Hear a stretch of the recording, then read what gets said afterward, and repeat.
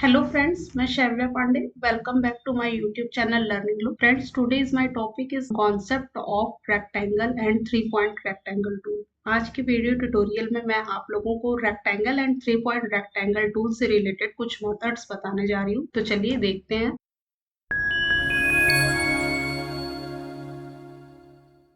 तो इसके लिए कोरल ड्रॉ ओपन कर लेते हैं और यहाँ पे आप देख रहे हैं टूल बार है.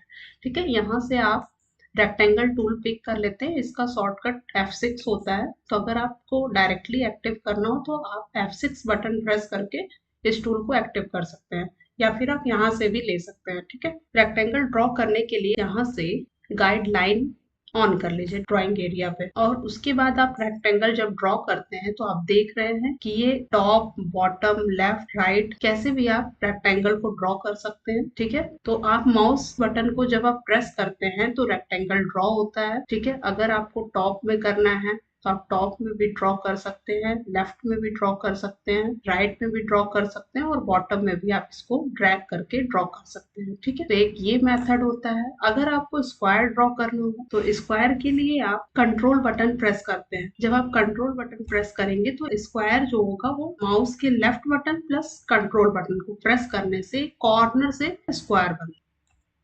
ठीक, अगर आप चाहते हैं कि सेंटर से स्क्वायर बनाना हो तो आप शिफ्ट बटन और कंट्रोल बटन को प्रेस करते हैं.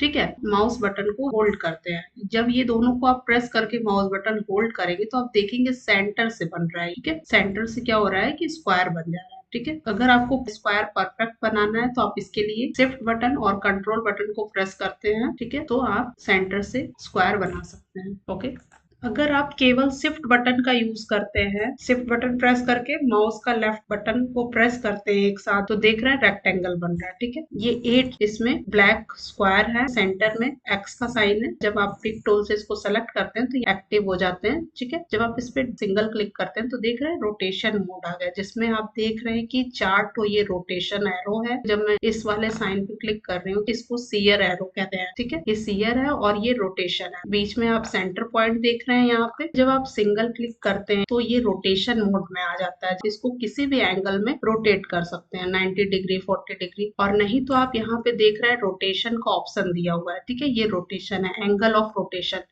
यहाँ से आप वैल्यू दे दीजिए एंगल में जितने रोटेट करना है. ठीक है, मान लीजिए 90 डिग्री पे करना है तो 90 डिग्री, 60 डिग्री पे करना हो ये रोटेट हो गया. ठीक है, तो आपको जो भी एंगल देना हो तो आप यहाँ से भी रोटेट कर सकते हैं और नहीं तो यहाँ पे वैल्यू दे देंगे तो वो रोटेट हो जाएगा. ठीक है, यहाँ पे जब आप क्लिक करते हैं तो देख रहे हैं कि ये स्ट्रेच हो रहा है. ठीक है, जब आप इसको ड्रैग करेंगे जो लेंथ विड्थ है वो आप चेंज कर सकते हैं, मॉडिफाई कर सकते हैं.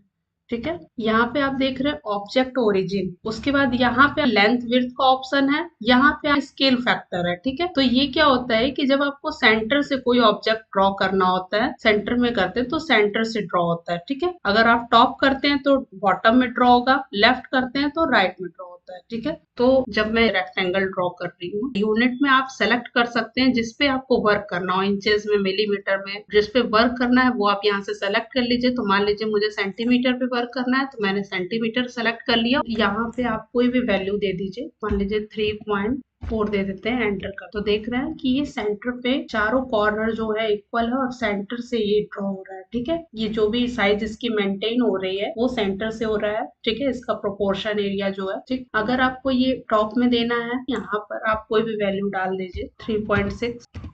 ठीक है, तो देखिए जब मैंने इसको टॉप में किया तो क्या हो रहा है कि ये बॉटम में ड्रॉ हो रहा है. ठीक है, जब इसको मैं बॉटम में करती हूँ और उसके बाद यहाँ पे कोई वैल्यू दे देती हूँ का जो पोजीशन है वो अपोजिट होता है. फिर उसके बाद आप यहाँ पर देख रहे हैं परसेंटेज और लॉक रेशियो. जब इसको लॉक करके जो भी वैल्यू देंगे तो इसके चारों कॉर्नर जो होंगे अकॉर्डिंगली सेट हो जाएंगे. तो देख रहे हैं जब मैं इसको लॉक की हुई हूँ तो यहाँ पे जो इसका परसेंटेज है तो इसके अकॉर्डिंग ये भी चेंज हुआ है और इसके अकॉर्डिंग ये भी चेंज हो जाएगा. ठीक है, जब आप इसको लॉक करेंगे तो देखिएगा इसका हाफ यहाँ पे हो जाएगा. ठीक है, इसके अकॉर्डिंग ये भी चेंज हो जाएगा और ये भी चेंज हो जाएगा क्योंकि मैंने लॉक किया हुआ है तो अकॉर्डिंगली मेंटेन होता है इसका प्रोपोर्शन. ठीक है, एंटर करती हूँ तो आप देख रहे हैं कि चेंज हो गया.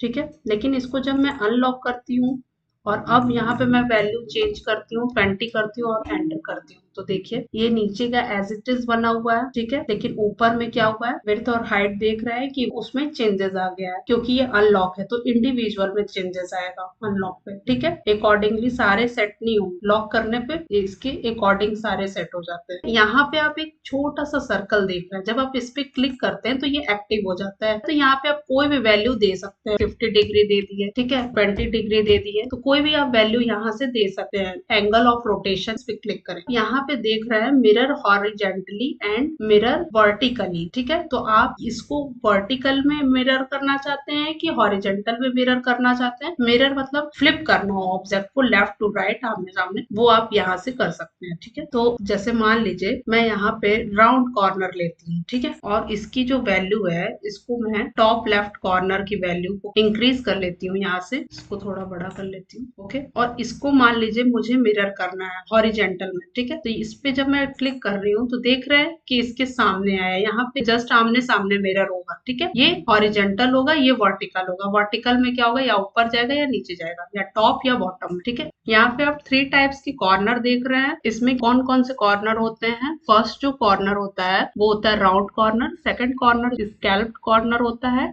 एंड थर्ड कॉर्नर जो होता है वो चैम्फर्ड कॉर्नर होता है, ओके। इसमें फर्स्ट में राउंड कर देता है साइड से कॉर्नर। मान लीजिए यहाँ पे मैंने 3 स्क्वायर ड्रॉ कर लिए, ठीक है। इसको सेलेक्ट कर लेती हूँ और उसके बाद यहाँ पे राउंड कॉर्नर ले लेती हूँ। राउंड कॉर्नर से क्या होता है कि ये कॉर्नर जो होता है इससे राउंड होता है। कोई भी कॉर्नर में आप राउंड करने के लिए इसका यूज कर सकते हैं, ठीक है। सेकंड जो है स्कैल्प्ड कॉर्नर है, एक कर्व नोच बनता है, ठीक है। इसमें क्या होता है, फ्लैट हो जाता है। चैम्फर्ड कॉर्नर जो होता है वो फ्लैट करता है कॉर्नर से। तो फर्स्ट जो है यहाँ पे इस कॉर्नर और इस कॉर्नर में चेंजेस चाहिए तो आप टॉप लेफ्ट और बॉटम राइट में आप कोई भी वैल्यू यहाँ पर लिखते हैं तो इस कॉर्नर और इस कॉर्नर में चेंजेस आ जाएगा, ठीक है। जब ये लॉक रहता है तो ये चारों कॉर्नर को कंट्रोल करता है, इसके प्रोपोर्शन को कंट्रोल, ठीक है। और जो भी आप वैल्यू डालेंगे उसके एक कॉर्नर में चेंजेस आएगा, किसी एक कॉर्नर में, ठीक है। जैसे मान लीजिए यहाँ पे मैं 1.5 करती हूँ, ठीक है, एंटर करती हूँ। ये लॉक है, अभी आप देख रहे हैं। बाकी 3 में आप देख रहे हैं कि बाय डिफॉल्ट 0.0 सेंटीमीटर है, ठीक है। और उसके बाद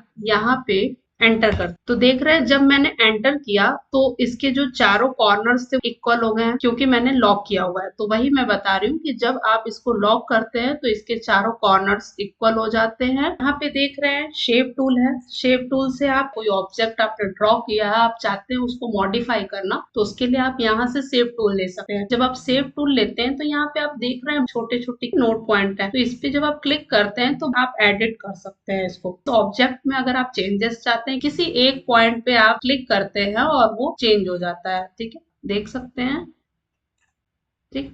लेकिन ध्यान रहे कि यहाँ पे जो आप पॉइंट देख रहे हैं ब्लैक वाली, इसी पे आपको क्लिक करना होगा। जब आप इस पे क्लिक करते हैं तभी आप मॉडिफाई कर सकते हैं, इसको नोड कहते हैं। अगर आप इसको अनलॉक कर देते हैं, ठीक है, और किसी एक की वैल्यू यहाँ से चेंज कर देते हैं, मान लीजिए 2.5 कर देते हैं और एंटर करते हैं, तो देख रहे हैं कि कोई एक कॉर्नर में ही चेंजेस हुआ है क्योंकि यहाँ पे मैंने अनलॉक किया था। तो अगर आप अनलॉक करेंगे तो इंडिविजुअल कॉर्नर में चेंजेस आएगा, ये बाकी के 3 कॉर्नर्स में कोई चेंजेस नहीं आएगा, ठीक है। देख रहे हैं तीनों के सेम है, जो वैल्यू है 0.373 सेंटीमीटर, ठीक है। लेकिन एक कॉर्नर का जो वैल्यू मैंने दिया वही सिर्फ उसी कॉर्नर में चेंजेस आया, तो ये होता है राउंड कॉर्नर। ये सेकंड ऑप्शन होता है, इस पे क्लिक करते हैं और यहाँ पे आप देख रहे हैं स्कैल्प कॉर्नर, कर्व नोच हो जाता है, ठीक है। जब यहाँ पे लॉक करते हैं और उसके बाद यहाँ सेकंड ऑप्शन सेलेक्ट कर लेते हैं और यहाँ पे वैल्यू दे देते हैं, ठीक है, 4.1 एंटर। फर्स्ट में मैंने सेलेक्ट करके जो भी वैल्यू है उसको एंटर किया तो ये चारों में ऑटोमेटिक सेट हो गया, ठीक है। इसको कहते हैं स्कैल्प कॉर्नर। अगर आप इसको अनलॉक करते हैं और उसके बाद किसी एक में वैल्यू देते हैं लाइक 2.8, ओके, 1 कॉर्नर में ही ये चेंजेस आया है, ठीक है, बाकी के 3 कॉर्नर्स में नो चेंजेस। थर्ड है चैम्फर्ड कॉर्नर। चैम्फर्ड कॉर्नर ये आप देख रहे हैं एरो, इसमें आप बढ़ा सकते हैं इसके थ्रू और इसके थ्रू आप घटा सकते हैं जो भी वैल्यू है। तो आप इसको लॉक कर देते हैं और यहाँ पे कोई वैल्यू डाल देती हूँ मैं। तो देखिए आप ये देख रहे हैं कि यहाँ पे ये चारों कॉर्नर्स इक्वल हो गए, ठीक है, क्योंकि ये लॉक मोड में है, ठीक है। इसको जब मैं डिसेबल करती हूँ यहाँ से किसी एक में मैं वैल्यू डालती हूँ 3.2 समथिंग, ठीक है, और एंटर करती हूँ, ठीक है, तो किसी एक कॉर्नर में क्या हुआ है, चैम्फर्ड हुआ है, तो इसको चैम्फरिंग कहते हैं। तो इससे रिलेटेड ये तीनों कॉर्नर से रिलेटेड आप अलग अलग डिजाइन्स बना सकते हैं, ज्योमेट्री तैयार कर सकते हैं इन कॉर्नर्स के थ्रू। ठीक है, अभी मैं अगर यहाँ पे ज्योमेट्री बनाऊंगी तो ये वीडियो और भी लार्ज हो जाएगा। 2-3 फिगर्स बनाया हुआ है मैंने, मैं इसको यहाँ पर दिखा रही हूँ। ये देखिए, ये एक मैंने फ्लावर बनाया है राउंड कॉर्नर से। उसके बाद ये ज्योमेट्री भी मैंने कॉर्नर के थ्रू बनाया है। ये देखिए, तो आप इस तरीके के ज्योमेट्री बना सकते हैं। यहाँ पे आप एक ऑप्शन देख रहे हैं, रिलेटिव कॉर्नर स्केलिंग। अगर आपको स्केलिंग करना है कॉर्नर में, जो भी रेक्टेंगल आप बनाते हैं उसके साइज को यहाँ से एक्टिव और डीएक्टिव करके स्केलिंग कर सकते हैं। तो जैसे सपोज मैंने एक रेक्टेंगल यहाँ पे बना लिया, ठीक है, और इसको मैं राउंड कर लेती हूँ यहाँ से। जब आप इसको एक्टिव करेंगे तो इसके हाइट और विड्थ में और उसके साथ ही साथ ये चारों कॉर्नर्स में चेंजेस आएगा। लेकिन जब आप इसको डीएक्टिव कर देते हैं तो इसके हाइट और विड्थ में ही चेंजेस आएगा, ये एज इट इज रहेगा। ओके, इसमें कोई चेंजेस नहीं आप देखेंगे। तो अभी मैंने इसको एक्टिव किया हुआ है, ठीक है, और यहाँ पे सपोज मैं 2.8 2.6 एंड यहाँ पे 2.1 ये मैंने एक्टिव किया हुआ है। यहाँ से इसको कंट्रोल डील करके एक और यहाँ पे ड्रॉ कर लेती हूँ। फिर उसके बाद इसको सेलेक्ट करती हूँ और इसको ड्रैग कर रही हूँ। ये ठीक है, ये मैंने ड्रैग किया। तो अभी आप देख रहे हैं कि यहाँ पे जो इसका विड्थ और हाइट है उसमें भी चेंजेस आ गया। ठीक है, उसके बाद ये चारों कॉर्नर में भी चेंजेस आ गया है, क्योंकि यहाँ पे मैंने इसको रिलेटिव कॉर्नर को एक्टिव किया हुआ है। जब मैं इसको डिसेबल कर देती हूँ, अब मैं सेकंड वाले फिगर को सेलेक्ट करती हूँ और इसको ड्रैग करती हूँ, तो अभी आप देखिएगा जो मैंने पहले वैल्यू दिया हुआ था वो वैल्यू आ गया है। ठीक है, ये 2.1 सेंटीमीटर है और इसका जो लेंथ और विड्थ है वो ये 2.8 है और 2.6 का हाइट है। ठीक है, अब इसको मैं ड्रैग करती हूँ तो आप देखिएगा इसमें कोई चेंजेस नहीं आएगा, और लेकिन इसमें क्या है, इसमें चेंजेस आ जाएगा। ठीक है, तो ये ड्रैग कर रही हूँ तो आप देखिए इसमें कोई चेंजेस नहीं आया, लेकिन इसके विड्थ और हाइट में चेंजेस आ गया। ओके, तो इस तरीके से आप रिलेटिव कॉर्नर को स्केलिंग कर सकते हैं। उसके बाद नेक्स्ट ऑप्शन आप देख रहे हैं यहाँ पे हेयर लाइंस का। आउटलाइन आप रखना चाहते हैं तो कितने पिक्सल में रखना चाहते हैं, ठीक है, तो उसकी आप यहाँ से साइजिंग कर सकते हैं आराम से। आउटलाइन नहीं चाहिए तो आप यहाँ से नन कर दीजिए। ठीक है, थिकनेस कितनी रखनी है उसकी थिकनेस की सेटिंग्स आप यहाँ से कर सकते हैं। इसमें कलरिंग करना हो तो आप कलर भी लगा सकते हैं, कोई भी कलर आप यहाँ से सेट कर सकते हैं। ठीक है, कलर पैलेट से। उसके बाद आप यहाँ पे देख रहे हैं कि ये आउटलाइन से रिलेटेड ये प्रॉपर्टीज बार में आप देख रहे हैं कि यहाँ पे अलग अलग क्या दिए, इसकी सेटिंग्स दी हैं। ठीक है, पिक्सल में रखना है, किसमें आपको वर्क करना है, अब वो आप यहाँ से सेलेक्ट कर सकते हैं। तो आप यहाँ से जैसा भी सेटिंग्स लेना चाहते हैं, जिसपे वर्क करना हो आप उसपे वर्क कर सकते हैं यहाँ से सेलेक्ट करके। ठीक है, उसके बाद यहाँ पे ऑल टाइप्स की लाइंस दिए हुए हैं, तो आप यहाँ से लाइन को सेलेक्ट कर सकते हैं। ठीक है, लाइन किस मोड में रखना चाहते हैं, blank line, plain line, dash line, ठीक है, वो आप यहाँ से लाइन ले सकते हैं। लाइन का आप जो ये साइड देख रहे हैं कॉर्नर साइड भी आप ले सकते हैं, डिफॉल्ट डैश, ठीक है, align dash, fix dash, dash का कॉर्नर जैसे भी मोड में रखना है वो आप यहाँ से सेलेक्ट कर सकते हैं। लाइन कैप्स कैसी रखनी है, पोजीशन कैसा रखना है, उनकी सेटिंग्स कर सकते हैं। एरो आप देख रहे हैं, यहाँ से एरो का आप अलग अलग सेलेक्ट करके यूज कर सकते हैं। ओके, तो ये लाइन की प्रॉपर्टीज है। अगर आपको लाइन में चेंजेस करना है तो आप यहाँ से लाइन सेटिंग्स कर सकते हैं। ठीक है, एक न्यू फाइल लेते हैं यहाँ से और इसको टेक्स्ट में जाते हैं और यहाँ पे कुछ भी लिख लेते हैं। ठीक है, अब इस पे जब मैं क्लिक कर रही हूँ तो देखिए अभी ये सेलेक्ट है। जब आप टेक्स्ट इमेज लगाएं हाईलाइट नहीं होगा। ठीक है, टेक्स्ट अगर इसको सेलेक्ट कर रहे हैं और उसके बाद इस पे क्लिक कर रहे हैं, ठीक है, तो देखिए रेक्टेंगल को सेलेक्ट किया तो इसमें जो टेक्स्ट है वो हाइड हो गया। ठीक है, जब इसको सेलेक्ट किया मैंने और उसके बाद इस पे क्लिक किया, रेक्टेंगल क्या हुआ, हाइड हो गया। ठीक है, सेटिंग्स यहाँ से कर सकते हैं। ठीक है, इस ऑप्शन से। यहाँ पे रैप टेक्स्ट है तो रैप टेक्स्ट का भी आप यूज कर सकते हैं इजिली। यहाँ पे टेक्स्ट लिखे हैं तो उसको रैप करने की उसकी स्टाइलिंग यहाँ पे दी हुई है अलग अलग, लेफ्ट में, राइट में, straddle text, text flow left, जैसा भी आपको लिखना हो उसकी सेटिंग्स आप यहाँ से कर सकते हैं। ठीक है, 3 पॉइंट रेक्टेंगल टूल, तो यहाँ से 3 पॉइंट रेक्टेंगल टूल मान लीजिए मैंने ले लिया है और मैं ग्रेड ले लेती हूँ। अब अगर आपको 3 पॉइंट रेक्टेंगल टूल जब ड्रॉ करना होता है तो आप क्या करते हैं कि कंट्रोल बटन से आप कोई भी पॉइंट पकड़ लेते हैं और यहाँ से आप जब कंट्रोल बटन को यूज करते हैं तो आप स्क्वायर ड्रॉ कर सकते हैं। ठीक है, शिफ्ट बटन का यूज करते हैं, कोई भी एंगल पे आप 3 पॉइंट रेक्टेंगल टूल का यूज कर सकते हैं। मान लीजिए इस पॉइंट से स्टार्ट कर रही हूँ और